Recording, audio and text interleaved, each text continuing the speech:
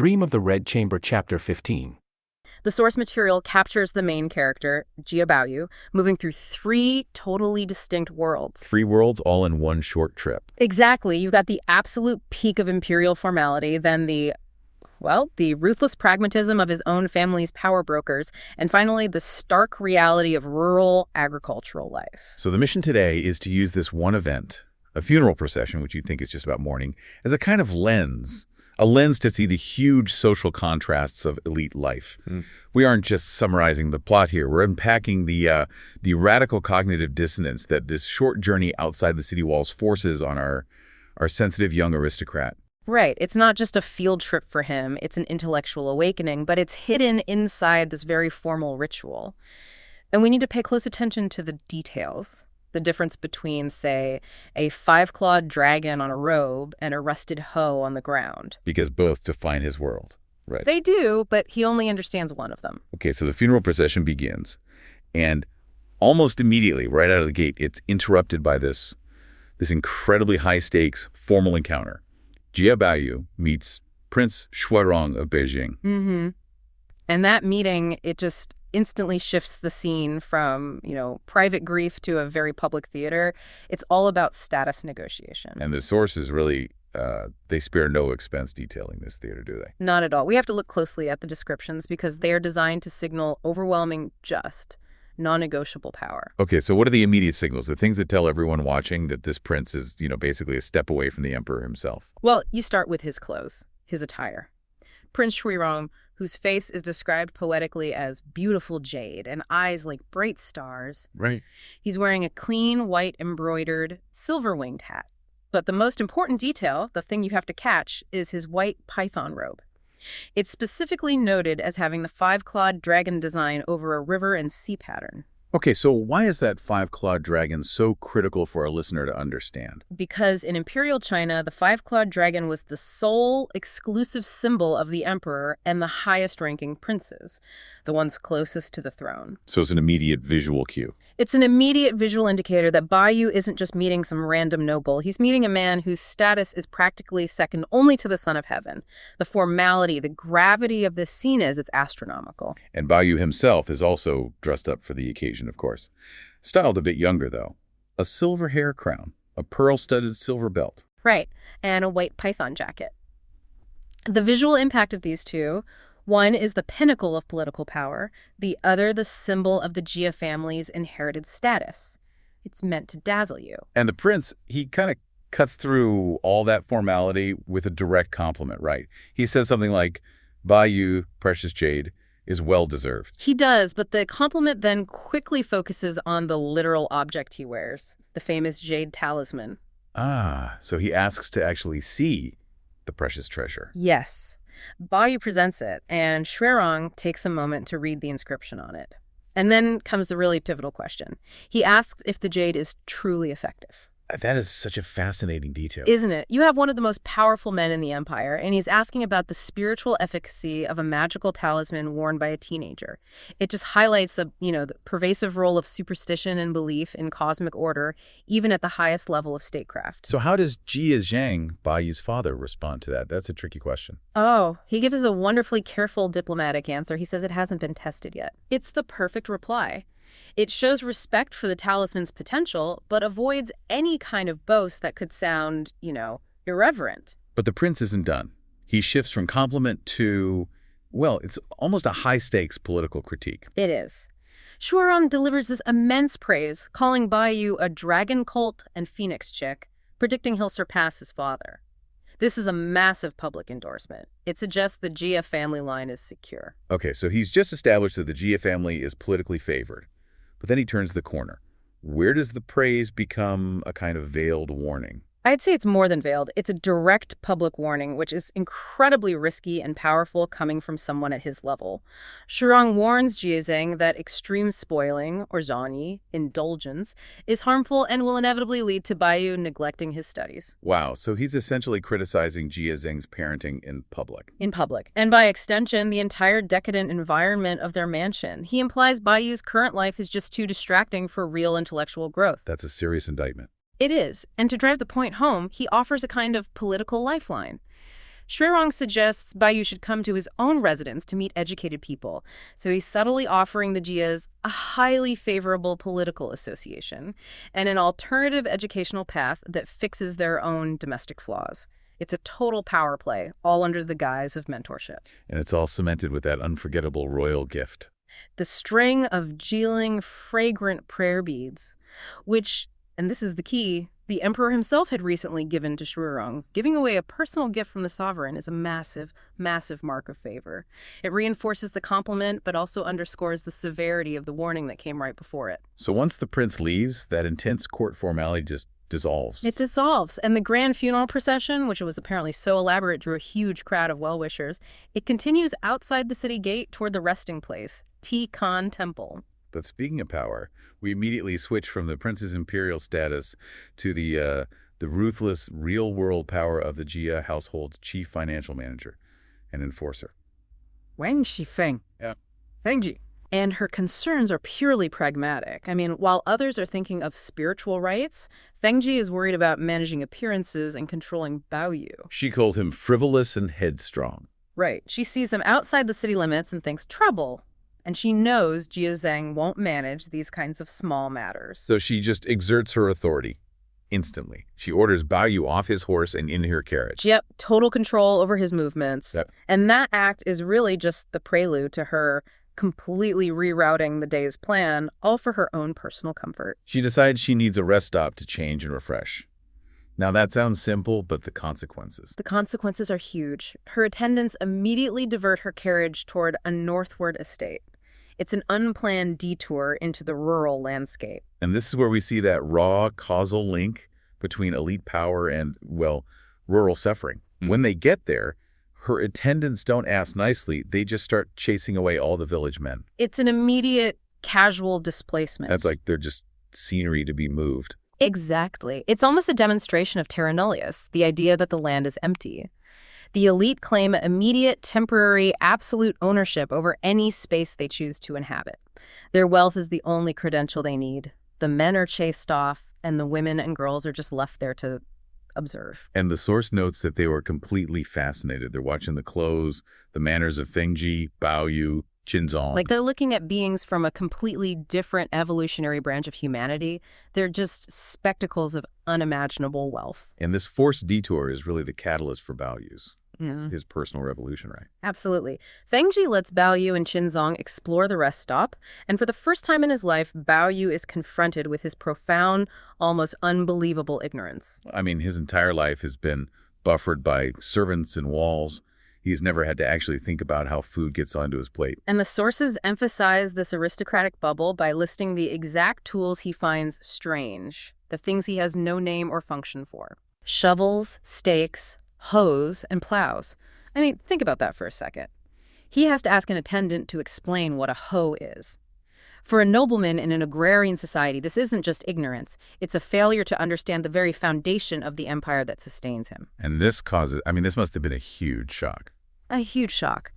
When he's told what these tools are for, what backbreaking labor they represent, the revelation just lands like a hammer. He sighs and immediately connects this visceral knowledge to a famous ancient poem. Who knows that every grain of food on the plate is the result of hard labor? Exactly. And this is a radical moment of realization for him. It's almost an existential crisis. He didn't learn this by memorizing a poem in a classroom. He learned it by seeing the physical tools of that labor. He suddenly realizes his entire opulent life relies on knowledge he lacks and on people he completely ignores. The entire cost of his pampered life is suddenly visible in a rusted shovel. And that intellectual breakthrough is followed so quickly by an emotional one. He goes into another room and sees a spinning wheel. And he has no idea what it is. He finds it amusing, like a parlor trick, and starts turning it. Until a 17 or 18-year-old village girl, just called Second Girl, runs in and yells at him not to break it. Okay, let's pause here because this is an amazing moment. Yeah. We just talked about how Fengji's people casually chased off the village men, yet this girl, who sees a direct threat to her livelihood, her spinning wheel, she actually shouts at a nobleman. What are the stakes for her in that moment? The stakes are incredibly high. For a peasant girl to shout at anyone in this group it's reckless. But Bayu's reaction is just surprising. He immediately throws his hands up, apologizes profusely, and explains he'd never seen one before and was just curious. It shows his genuine, inherent good nature. So he just watches her spin, and the tension is, it's palpable. Qin Zong, his cousin, is watching all this, and he laughs. He says the girl has a great deal of fun or interest. And Bayu's response to that is the key to his whole internal confusion. He immediately shoves Qin Zong, calls him cursed, and threatens to hit him if he talks nonsense. Huh. Yeah. That sudden extreme burst of rage isn't at the girl, it's at the system that would categorize or cheapen this pure, novel emotion he just felt. He's so confused by this powerful attraction that he tries to violently suppress the idea that it could be just a flirtation. And then the moment is it's brutally cut short when the girl's grandmother calls her away. Bayu is just left there, completely captivated. And his lingering regret is detailed so perfectly as they leave. He looks for her again later. He wishes he could get out of the carriage to follow her, but he's forced to just watch her disappear as the carriage speeds up, taking him further away from this brief, raw exposure to a life that has just completely rattled his foundation. So now the procession has to get back on track, heading toward Tikin Temple. And this temple, built by the Jia family's ancestors, offers a final piece of social commentary on class and piety. Right. Tikin Temple had a dual role. It was a permanent resting place for ancestral spirits, and critically, an inexpensive temporary shelter for funeral attendees. But this is where the class divisions pop up again, even in mourning.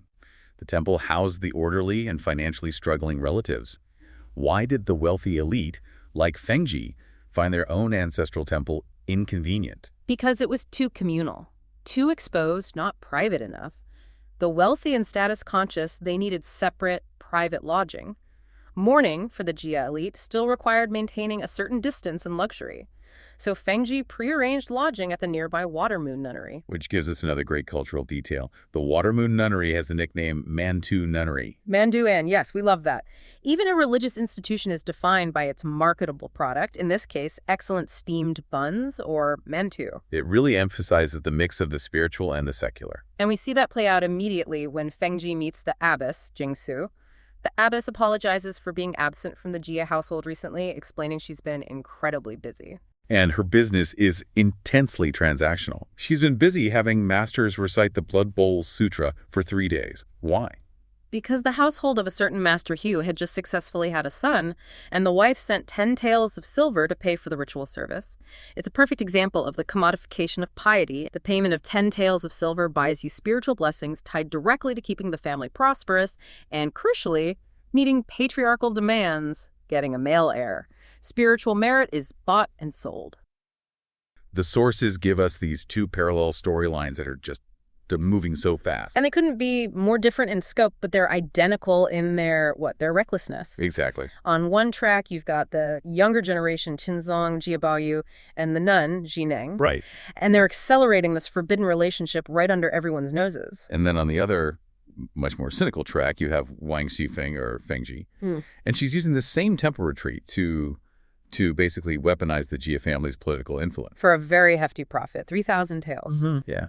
If you want to understand the true price of influence in this world and, how easily morality gets traded for gain, this analysis is indispensable. It shows that even a religious sanctuary is just another backdrop for their schemes. A backdrop for passion and power. Precisely. So let's start where the sources do, with this blossoming of youthful desire. It's almost a dangerously knowing dynamic between Bayu Qinzong and the young nun Zineng. Well, what's so fascinating is that Zineng isn't a stranger. The sources make it really clear she's known them since childhood. She's been to the wrong mansion, played with them. But some things change. Maturity. The key difference is she's now gradually aware of passion. That one phrase changes everything. The whole dynamic shifts. And Baoyu, who is always the catalyst for this kind of romantic chaos, he sees it immediately. He sees the attraction between Qinzong and Zineng. Oh, instantly. And he sort of steps into this role, the instigator. He calls Qinzong out for secretly embracing her earlier. And when Qinzong denies it... Which he was always going to do. Of course. That's when Baoyu sets up his little psychological test, the sentimental tea test. It's a brilliant piece of dialogue.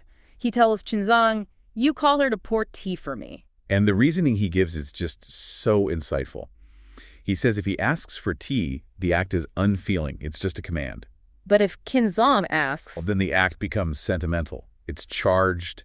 It has meaning. He's explicitly saying that the meaning of an action comes from the relationship between the people involved. He's not just teasing, he's observing. He wants to see that current of affection, to confirm what he already knows. And the sources tell us he's right. Jineng finds Qinzong fashionable and charming. Figure and fashionable, right. And he finds her beautiful. They are, the text says, mutually devoted. So that tension is right there. A novice nun, a young man in a sacred space, and the rules are just not holding. But while the youth are bending the rules for intimacy, we immediately pivot to Femji doing the exact same thing, but for money. The transition is so jarring, isn't it? From this, juvenile flirting to high-stakes power brokerage. So while everyone else is mourning, Fenji retreats to the privacy of the net room. Right, the Jingxi. And that's her office. That's where the old nun, Jingshu, comes to her with this perfectly packaged plea for help. And this is not a simple problem. It's a really complex three-way mess involving marriage, money, and, critically, politics. So let's walk through the players here. Okay, so at the center is the wealthy Zhang family. They're trying to marry off their daughter, Jingyi. She was already betrothed, though, to the son of the former military commander in Jingyan. Keyword, former, because a new suitor shows up, Lei Yanai. And his connection is current. He's the brother-in-law of the current prefecture magistrate. And that difference between former and current is everything. It's the whole game. The Zhang family knows they have to break the first betrothal to align with the new rising power. But the commander's family sues them. They won't return the betrothal gift, so the Zhangs are trapped. They need a powerful connection from the capital to just sever the knot. And that means the Jia family. So Jingshu brings this problem to Fenji, who at first, she plays it cool. Oh, I don't handle these things. I don't need silver. Which is just a negotiation tactic. A phenomenal one. Okay. Because Jingshu is smart. She completely bypasses greed and goes straight for Fenji's real weakness, her pride. Her pride in the Jia family's power. Exactly. Jingshu suggests that if Fenji refuses, people won't think the Jias are honorable. They'll think they're incapable. She says it would look like the family doesn't even have this small amount of means. That's the button. The idea that the Jia family can't pull a string somewhere. It's a direct challenge to her identity as the family's fixer. Mm-hmm. And she is immediately stirred up. She gets excited by the challenge. And in that moment, she just throws away any pretense of morality. She delivers that chilling line that she never believed in karma or hell. It's not just rejecting religion. No, It's a mission statement for her operational philosophy. Pure, ruthless pragmatism. And the deal is done. 3,000 taels of silver. But listen to her justification. It's so audacious. She claims the money is just travel money for the errand boy. As if she's just covering expenses. Right. She even says she could produce 30,000 taels herself if she wanted. It's the performance of virtue you need to pull off high-level corruption. She's selling influence, but she demands to be seen as dutiful while doing it. It just underscores that for the Jia family, their name, their influence, it's a commodity. And she's the one setting the price. But the night isn't over. We have to go back to the kids because the forbidden romance is about to climax and then immediately turn into blackmail. Yes. So as it gets dark, Qinzong finds Zineng alone in a back room, and that tension from earlier it breaks. It does.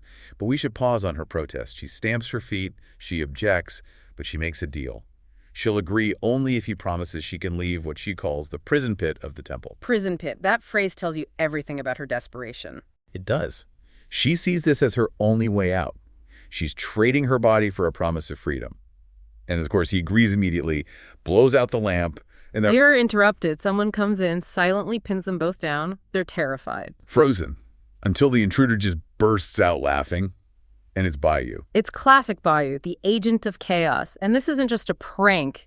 It's a complete power shift. Oh, absolutely. Qinzong is exposed, humiliated. He immediately says, whatever you want, just don't tell anyone. Which leads to maybe the most compelling meta detail in the sources, the suspicious case. Yeah. Bayou laughs and says something like, "We'll settle the score later when we are in bed." That phrase, settle the score, just hangs there. It creates this powerful ambiguity about his relationship with Junzong. But then the source material itself steps in. It does. The text explicitly says that the details of what happened later were not clearly seen or recorded, and it labels the whole thing a suspicious case, something the author dared not invent. I mean, what a statement. The author is refusing to write it down. It suggests the power of what's unsaid is greater than any explicit detail could be. It's a form of self-censorship that actually makes the implication even stronger. You know exactly what's being implied because he refuses to say it. So the next morning, Xinzong, who wants to stay near Zineng, gets Baoyu to persuade Fengji to stay another day. And, predictably, Fengji agrees. But she never does anything for just one reason. She lays out her triumvirate of advantages. Let's break that down, because her mind is just a perfect machine of calculation. Okay, so 1, she can finish up any small funeral details, which gets her points with Jia Zhen. 2, she can complete the Jingshu matter, finalize her commission. And 3, by making Baoyu happy, she makes the grandmother Jia Mu happy. It's flawless. She links a corrupt, profitable act directly to family duty and social networking. Every angle is covered. And once she decides, the efficiency is terrifying. She secretly tells her servant Lai Wanger to ghostwrite a letter. Falsely in Jialin's name. Isn't that a huge risk? You'd think so, Yeah. but that's the point of their power. The regional commander, Yun Guang, gets the letter and agrees immediately. Why? Because the sources say he has a close relationship with the Jia family already. So he's incentivized to play along. He's terrified of crossing them. The risk of exposure is almost zero because the system itself protects the powerful. This whole business of overturning a legal betrothal is done in 2 days because of a single fraudulent letter. Transaction complete. Chaos managed. The only thing left is the sad parting of Qinzong and Zineng making their secret vows. Right. And Fengji tells Jingshu to come back in 3 days for the good news. Guaranteed. And we should mention Baoyu's nursemaid, Baozu, insisting on staying behind. It's a small detail, but it shows how the entire Jia entourage from top to bottom just completely disrupts this sacred space. Everyone demands accommodation.